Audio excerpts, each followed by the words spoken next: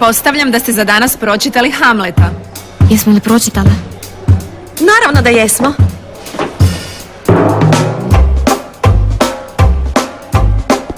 Što je pak ovo? Neke haljine!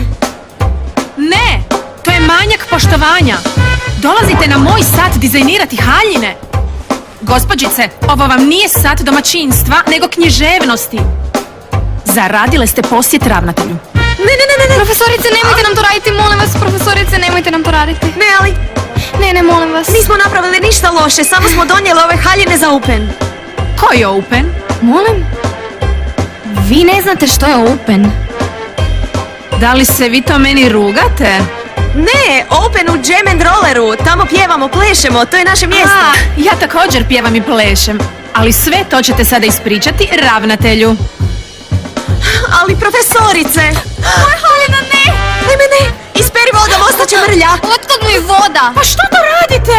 Brzo u ravnateljev ured, s mjesta